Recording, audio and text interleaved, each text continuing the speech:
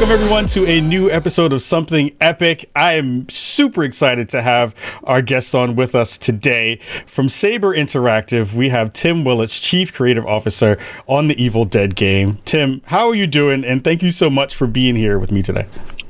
I'm doing great. You know, I always love talking about video games. So thanks for having me. So first of all, I'm hyped to have you here. Industry veteran. You've been in the space for a long time. Been doing so much great work, you know, over at id, now at Saber, doing all this wonderful work.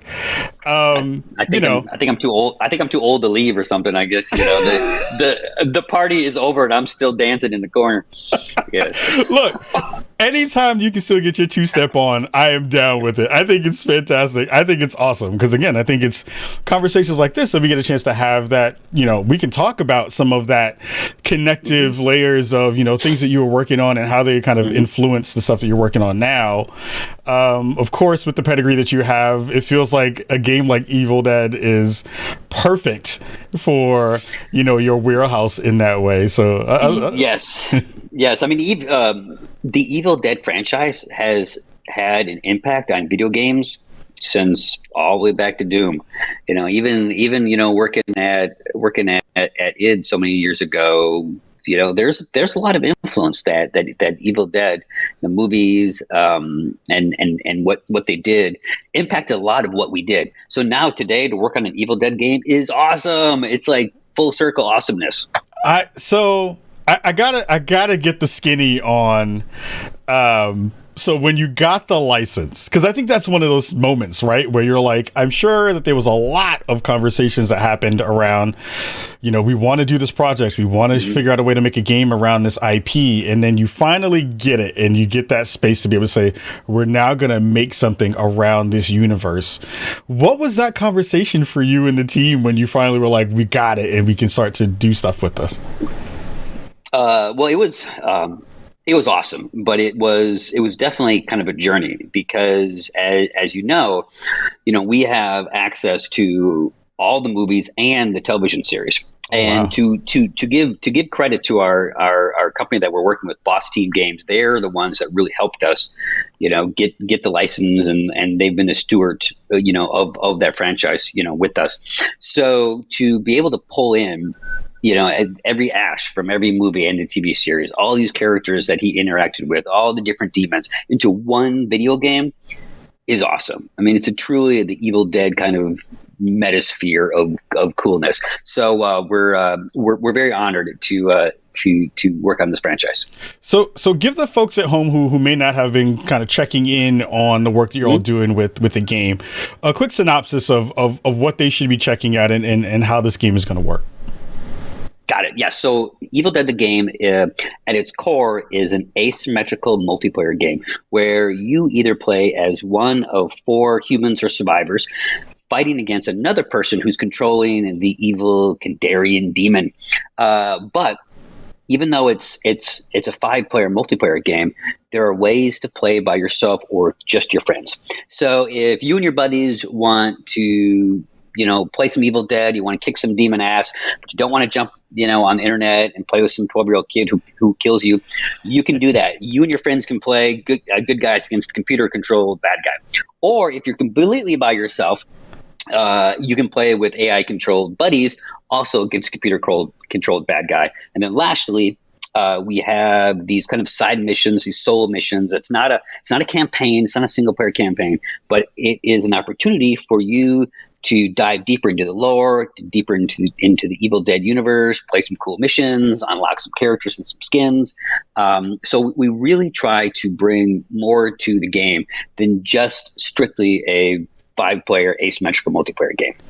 Yeah, the thing that I have found, especially in not only just the kind of launch of the information around the game, and, you know, I'll talk a little bit, you know, little bit later in our conversation about actually getting some hands-on with it, has been just how tightly you've all really dug into the lore. I think, again, you know, now having been shaded by Bruce Campbell in the public sphere, thank you, Greg Miller. The one thing we can all agree on is that Kahlief Adams can't cook.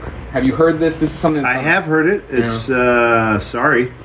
It's really for you and for your life.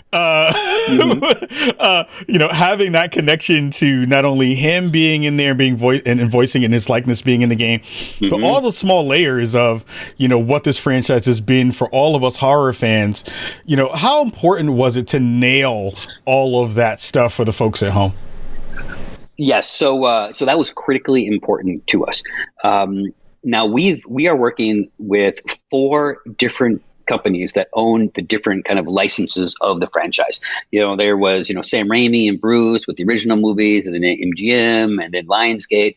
So it was absolutely critical for us to ensure that all these IP holders were happy with what we were doing, is to make it as Evil Dead realistic as possible. We had to be true to exactly what the characters look like. We had to be true to that over-the-top, gory action fun. We had to be true to the locations that we made, like the cabin in Professor Noble's cabin in the woods is his cabin in the woods, and it's awesome.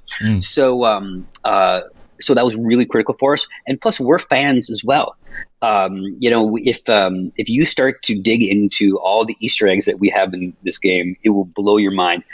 Everything had an attention to detail that really is, for most games, unheard of. So I truly believe that Evil Dead fans will appreciate, what the team did to really make that universe come alive.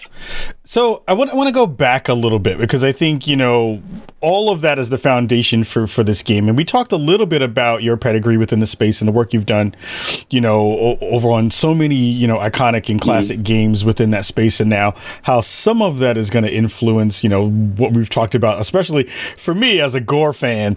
I love that stuff. Popping heads, all the weird stuff. I love all those things.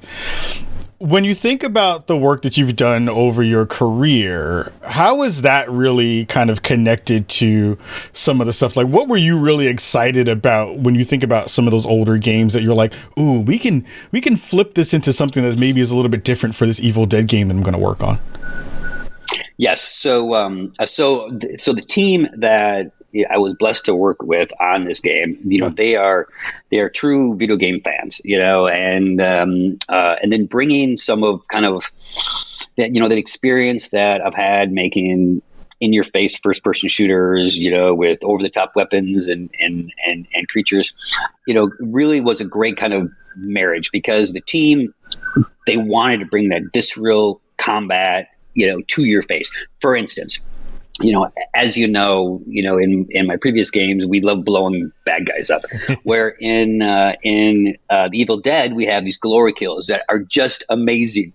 When you get a deadite down to a certain health, you can perform these crazy glory kills based on the weapon that you have. So if you have a shovel, you can like chop off their head and hit the handle, and the head pops off. Or if you have like the hatchet, you can throw it, you can run up, pull out their heads, and cut them in half. And it's just so cool.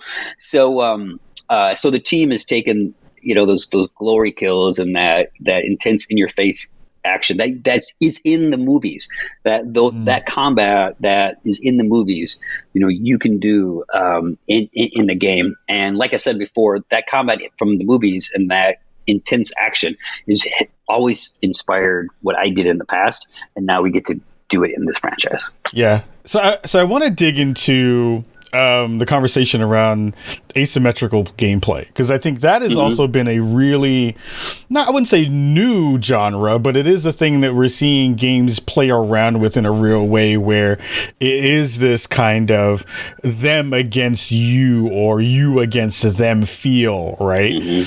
When you all were kind of thinking about not only how to tie this particular IP to this gameplay, what were some of the things that you wanted to make sure you were able to get right, to make sure, not only lore was in that mix, but also balance was a big part of that?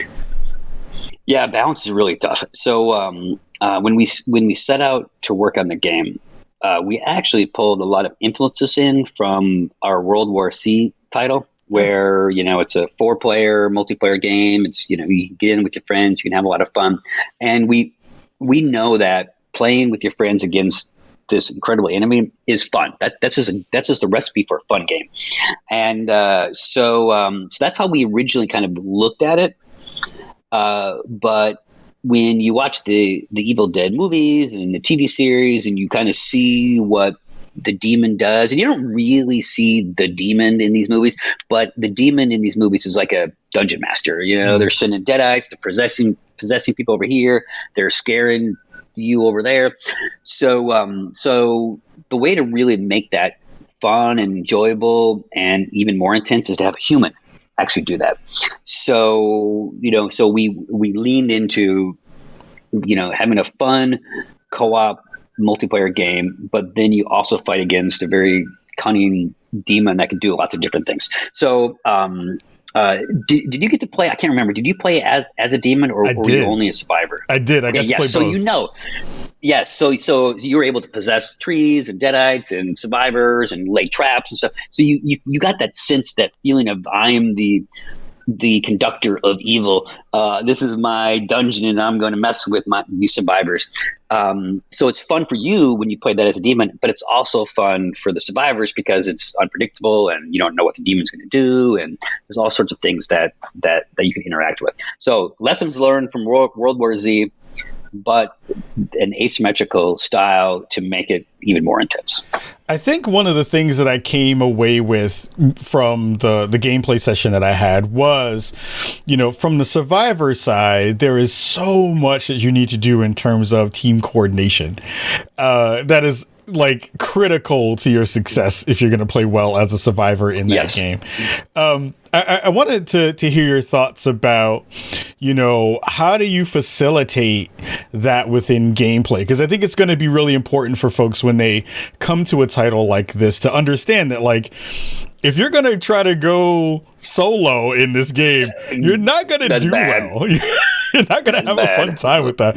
How did you kind of, you and the rest of the team kind of talk through and build in systems where that facilitation of that teamwork was basically paramount to success? So there are really kind of two big tent poles that support team play in the game. One is sticking together for fear. So in the game, we have this fear meter.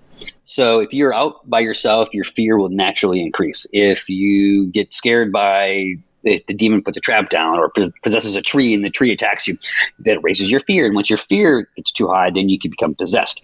So being by yourself is bad. So you stick together, your fear gets reduced. And then we have different abilities and attributes per the character. So we have, we have classes in the game, but really it comes down to kind of like the active ability of each of the characters. So, one character, Cheryl, who I love to play, she's a healer. And then we have one of the Ash characters from Evil Dead 2, he can, repel the demon if it possesses a friend. Or we have a character that can spot traps. So based on how you like to play as a player, and then what your team makeup is, there are different characters that you can select, to make that team much better. So the best survivors and the best, the chance that you have of winning is look at your team makeup, see what that team needs, try to stick together as much as possible, and then, share the resources. It's pretty resource scarce. So share the resources, help each other out, and stick together. That's your best way to survive the demon. I think that the other layer that I found to be really compelling and was really, because, it is one of those things of like, oh man, do I have to play the survivors and they're going to be all kind of wimpy and don't really get a chance to do that stuff? And I'm always going to want to play the demon. No. And it's not like that at all. Like, I love the fact that these are survivors, but they are capable survivors. They are not like just, wilting in the sun and being like, well, I can't do anything. It's kind of anti what we've thought about kind of horror tropes in that way, where it's like, oh, I've fallen down and I can't do anything. It's kind of great that you've not made them in that way, which I think is kind of brilliant. The other layer of that I think has been really fun to get a chance to play multiple demons when I had my playthrough was each one of those classes just felt so different than the other ones in the ways that you can really mess around with people in that way. How was it when you were all thinking about how you wanted to think about the demon creation and their skill sets and tool sets of how those layers of those were going to play really well with the game mechanics? Yes, that's That's a very good question, and I like your observation about our humans. Like in our game, we did not want you as a human to be hiding in the shadows, waiting to die. We wanted you to kick ass. Because Ash kicks ass in the movies and TV show, so you need to kick ass. So, but on the demon side, we do have we have 3 kind of demon armies, and each of the demon armies has different lieutenants, and it has different bosses, and then those different demons have like special abilities and powers. So one and then they also have different abilities and powers amongst other demons. So for instance, you can place down, you can spawn some generic deadites, and then you can spawn like I call them lieutenants, but they're just like the next level, and then they can buff. They'll make your other demons more stronger. Or if you're playing the necromancer, the evil Ash character from Army of Darkness, if you're playing that army set, he can like if you drop certain skeletons down, they'll kind of increase how much fear that they do when they attack the survivors. So each of the demon armies has unique abilities, and then the demons that you spawn in those armies have different abilities, and then you can possess them and control them yourself. So anyone that you spawn in the world as a demon, you can jump into their bodies and you can run around and you can fight, which is way more fun because you can do the Henrietta, grandma hug, you can vomit out poison, and you can strangle survivors when you possess some of those demons with those special abilities. Yeah. Does that all make sense? I think I talked a lot. No, it's perfect. That's perfect because I think what it does is it gives an idea of, and of course we'll be showing some footage across all of this too, so people will get even a better kind of feel of what that is. But I think it is always really interesting to see that balance between and that feeling of feeling powerful in the characters that you wind up picking and feeling like you can actually influence the win state in a way. So like really quick, go into the win state for both versions of it. For the survivors, the win state is to do what, and then for the demons, what's the win state for them? Yes. So when you play as a survivor, you have a number of kind of objectives that you need to do. The first thing you need to do is you find 3 pieces of a map that will show you the locations of 2 things that you need to find. So you spawn into the world. You don't know where you're going, but you know where different locations are. So you run around and you collect 3 pieces of this map, and then the map will show you where the lost pages of the Necronomicon are hidden, and then the Kandarian dagger, and you need both of those to defeat the Dark Ones. So the Dark Ones, now there'll be a test at the end of all this. Okay? So the Dark Ones are the authors of the Book of the Dead, and they are protecting the book. So you get the Kandarian dagger and you use that to destroy the Dark Ones, and then you've collected the lost pages, which activates the book, and then you must protect the book for 2 minutes. All this time, the demon is trying to stop you. So as a demon, you need to absorb kind of evil energy throughout the environment, and you spend that evil energy on doing bad things to the survivors, possessing cars, spawning deadites, putting traps down, possessing trees and then scaring them as they walk by. And it's your job to kill all the survivors, or destroy the Book of the Dead at the very kind of last battle. So basically, as a demon, you're just a bad guy. You're just going to cause trouble and mischief. But as a survivor, you have these very, set of objectives that you need to complete. So, it sounds more complicated than a lot of your other asymmetrical games, but it really adds a lot more variety and allows you to play in this world with game mechanics that you may be familiar with, as a player, but themed to kind of this Evil Dead world. So it allows for much more emergent gameplay. It allows for many more environments that you can see and you can explore, and it just adds for kind of a unique experience because the world is so different each time you play it, that it's not just doing the same thing over and over again. It's in this much larger world. So we do really think that we hit a good balance with all the objectives in a giant world with all kinds of cool stuff to do. I have to say, I again, as a huge horror fan, as a fan of the Evil Dead, as a fan of all of those things combined, we had our playtest and I had so much fun. It was so awesome because of all of those pieces that you talked together working so seamlessly together. It was one of those things where, I've played other games of that ilk in terms of the kind of asymmetrical gameplay, and there is a lot of just like, all right, I'm going to wait it out until hopefully this thing goes away and I don't have to worry about it. But you have to be active in that moment. You have to be active in this game and be like a participant within the whole thing, both on the, the demon side and on the survivor side, which I thought was really, really brilliant. And let me tell you all at home, I'm not going to show it, but there's a really cool power that the demon has that is very reminiscent of the early 90s internet that I remember, which was like very, very specific in terms of the way that you get scared. Yes, got it. Yes. Yeah. And also, there's nothing more frightening than just walking through like chest high wheat and seeing the lights of a car coming towards you that has been possessed by the demon. It is one of the coolest moments that I think really comes together, not only from the way that you're building the world and all the systems, but I also think that the technology that goes into all of this from a visual standpoint, from an audio visual standpoint, that I feel like you're all nailing in this game really comes together in a really cool way. How important was it to make sure that you had that extra little bit of flair that went along with the ambiance of horror that you've kind of horror and camp that you've kind of lean into for the Evil Dead? So the team who our studio director and it was developed at our Madrid studio. They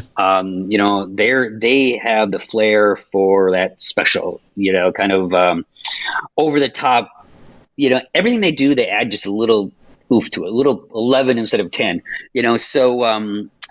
so you really can get some really cool experiences. You get some really cool special effects. The whole scare mechanic is just a little bit cooler. And then, it uses Unreal technology, and the team worked very hard implementing lots of cool features in the technology. But that tech looks great, runs great.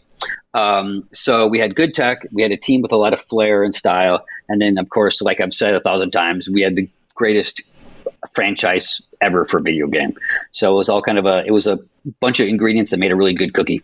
It is a damn good cookie. I can't lie. It is a very good cookie. Yes, if you get some friends that like your normal game buddy group, you guys will have a good time. There's so much wild stuff that happens when you play.